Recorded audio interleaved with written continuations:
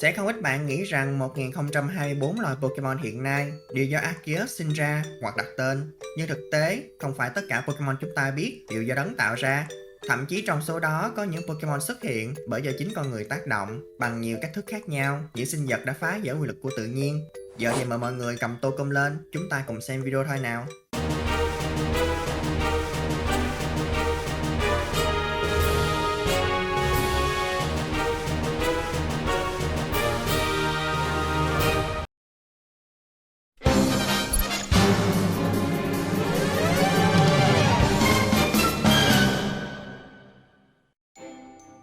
Đầu tiên cần phải nói rõ theo như truyền thuyết của Sinnoh, Arceus định hình vũ trụ bằng 1000 cánh tay của mình sau khi nở ra từ trứng.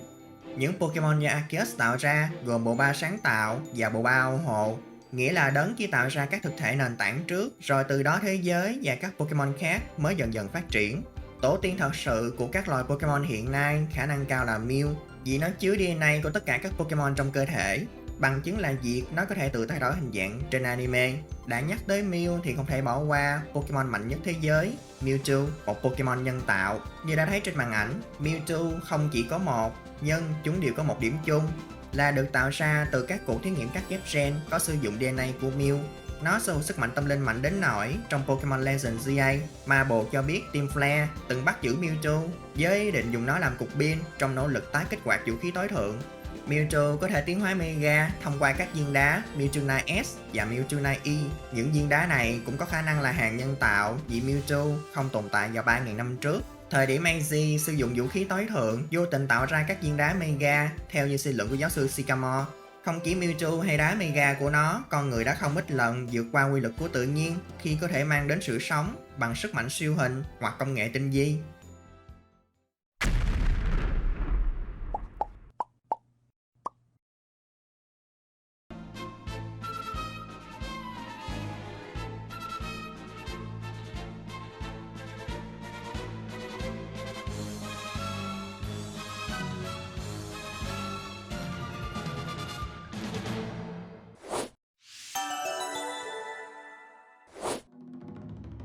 Rất lâu xa về trước, khi những công nghệ hiện đại còn chưa được nghĩ tới, con người đã có thể ban phát sự sống cho những tạo vật được xem là vô tri.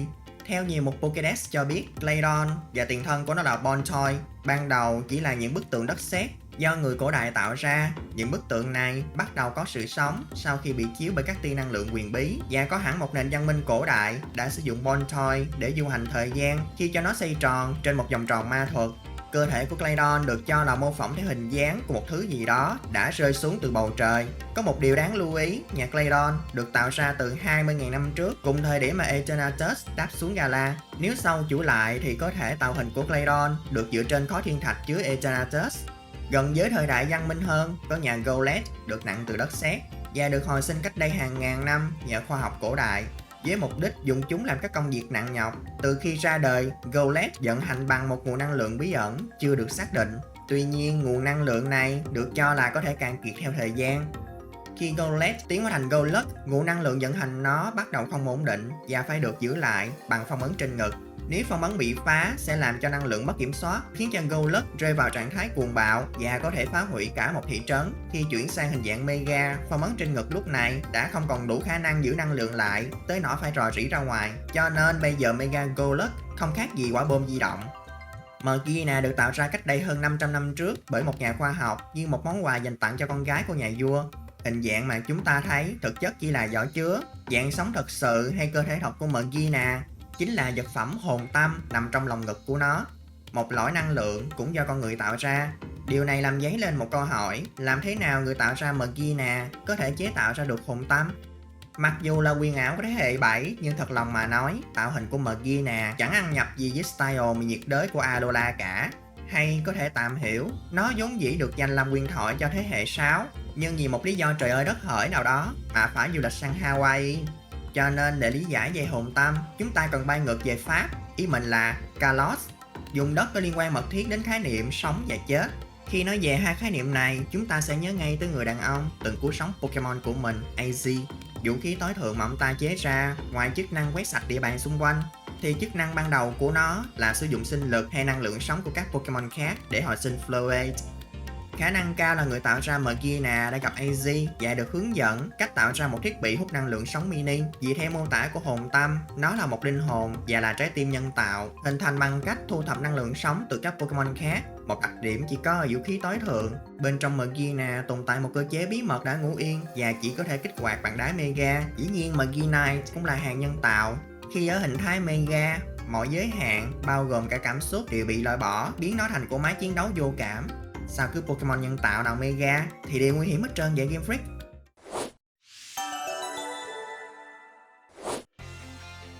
Tiếp theo là những nhân tố được ban cho sự sống bằng công nghệ văn minh. Bên cạnh Mewtwo ở trên, nhà Porygon có thể nói là thành tựu khoa học nổi tiếng nhất của con người thời hiện đại trước khi nhà Golett được tái phát hiện. Porygon từng được xem là Pokemon đầu tiên do con người thành công tạo ra, kết quả từ một cuộc thí nghiệm tại phòng thí nghiệm Sinnoh dùng Kanto. Ban đầu nó được dự định thiết kế để hoạt động ngoài không gian, nhưng phải tới khi tiến hóa thành Porygon 2 thì mới đạt được chức năng này. Dù vậy, hiện nó vẫn chưa thể đến được các hành tinh khác.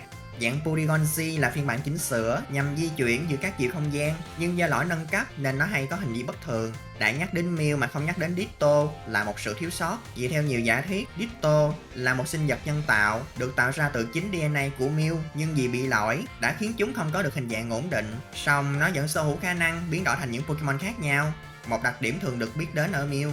Trong manga Pokemon Adventure, để điều chỉnh cho sự thất bại này, Plan, chủ hội quán đảo Sinnoh, đã thêm gen của ông vào DNA của Mew và thành công tạo nên Mewtwo. Đó là ở mảng công nghệ, còn về khí tượng, để có thể dự đoán thời tiết một cách chính xác, các nhà khoa học tại Viện Thời tiết ở vùng Hoenn đã chế tạo ra Castform. Cơ thể của nó được cấu tạo từ các tế bào có tính chất giống hệt phân tử nước, nên tùy vào nhiệt độ và độ ẩm mà cấu trúc tế bào của nó bị biến đổi, giúp nó đổi sang những hình dạng như mặt trời, hạt mưa và mây tuyết. Không những vậy, họ còn cải tạo thêm khi cho nó cả giới tính, một đặc điểm vô cùng hiếm thấy ở những Pokemon nhân tạo. Không chỉ dừng lại ở việc dùng công nghệ để tạo ra những Pokemon giúp ích cho con người, nhiều tổ chức còn tạo ra những Pokemon chỉ với mục đích cá nhân. Ngoài Mewtwo, còn có Genesect. Nó từng là một loài Pokemon sống cách đây khoảng 300 triệu năm trước. Sau này tại Unova, Team Plasma đã tái tạo nó từ hóa thạch, nhưng N đã hủy bỏ dự án này vì tin rằng một Pokemon bị chỉnh sửa bằng khoa học sẽ mất đi sự thuần khiết. Thế nhưng nhà khoa học Dudley lại không đồng ý quyết định đó và vẫn bí mật tiếp tục công việc. Kết quả là Genesect được trang bị một cơ thể kim loại cùng một khẩu pháo phía sau đầu. Và cũng như Mewtwo, tuy được ban cho sự sống, Genesect không được tặng cho một trái tim. Nó cực kỳ tàn nhẫn với kẻ thù.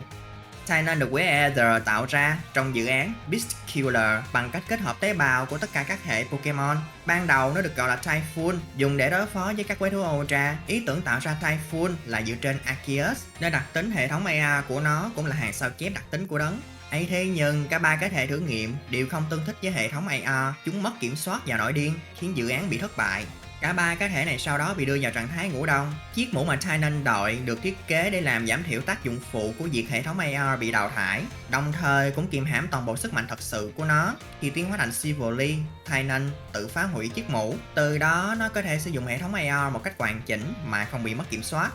Nguyên dạng Pokemon hóa thạch ở vùng Galar được hồi sinh bằng cách ghép hai loại hóa thạch khác nhau lại với nhau. Hậu quả là cơ thể của chúng có nhiều điểm dị thường, khiến cho việc sinh tồn trở nên khó khăn.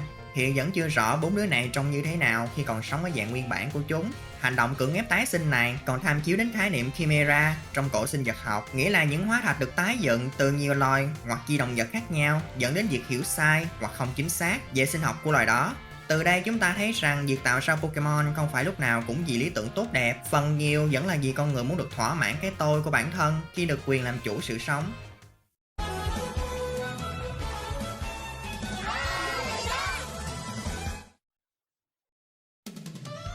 Deuces.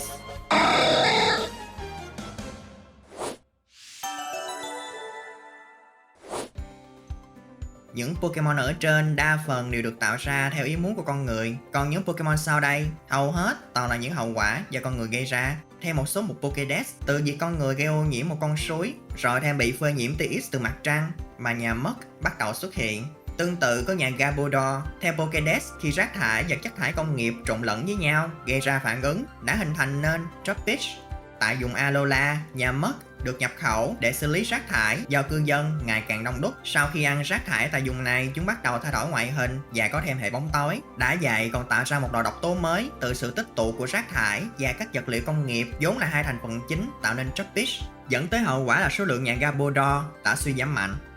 Loài Burmy có 3 hình thái khác nhau gồm áo cây, áo cát và áo rác. Để ý kỹ chúng ta sẽ thấy 3 hình thái này chia làm 2 loại là cấu tạo từ các nguyên liệu tự nhiên như dạng áo cây và áo cát, hoặc từ nguyên liệu nhân tạo như dạng áo rác. Đồng nghĩa là Burmy vốn chỉ có 2 hình thái, mãi tới khi con người biết bắt đầu xả rác, hay cụ thể là Hisui bắt đầu đông dân số thì nó mới thêm hình dạng áo rác. Nhà Ratiket ở Alola từng bùng nổ về số lượng, mãi cho đến khi dân Goose được nhập khẩu như một biện pháp kiểm soát. Vì để bảo toàn giống nòi, chúng chuyển sang sinh sống ở các khu đô thị và hoạt động về đêm. Do bắt đầu tiêu thụ các loại thức ăn giàu dinh dưỡng, nhiều calo, đám Alolan Ratiket trở nên mập mạp hơn so với dạng thường.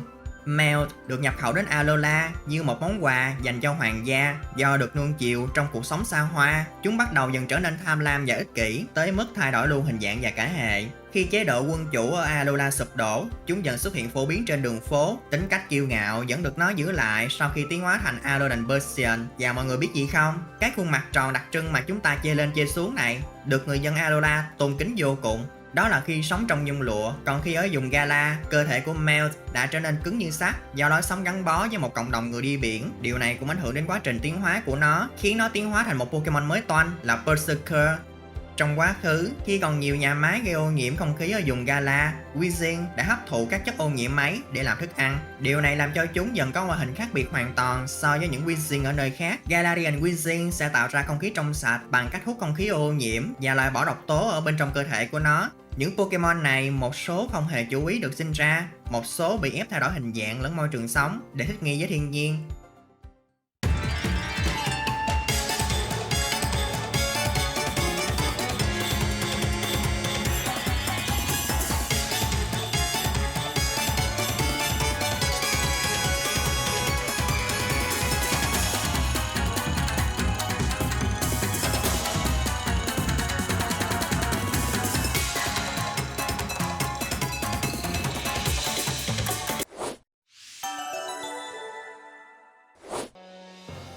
Đã nói về Pokemon nhân tạo mà bỏ qua Paradox tương lai thì sẽ là một thiếu sót vô cùng nghiêm trọng. Tại vùng Podia đã phát hiện được 11 Pokemon Paradox đến từ tương lai ở trong vực Zero.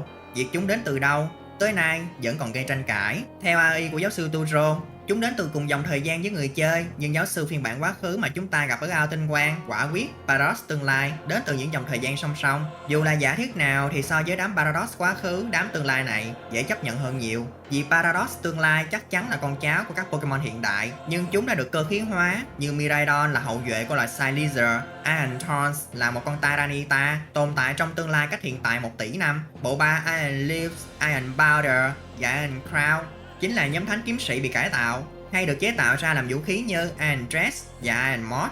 Có giả thiết cho rằng chúng là một dạng sống kết hợp giữa sinh vật sống với máy móc như Iron Dracolis hay Iron Hands, một vận động viên bị biến đổi thành người máy sau khi bị tai nạn.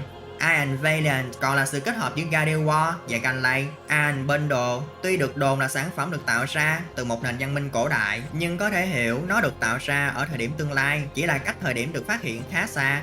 Liệu trong tương lai sẽ có thêm bao nhiêu Pokemon nữa được tạo ra bởi bàn tay và khối óc của con người?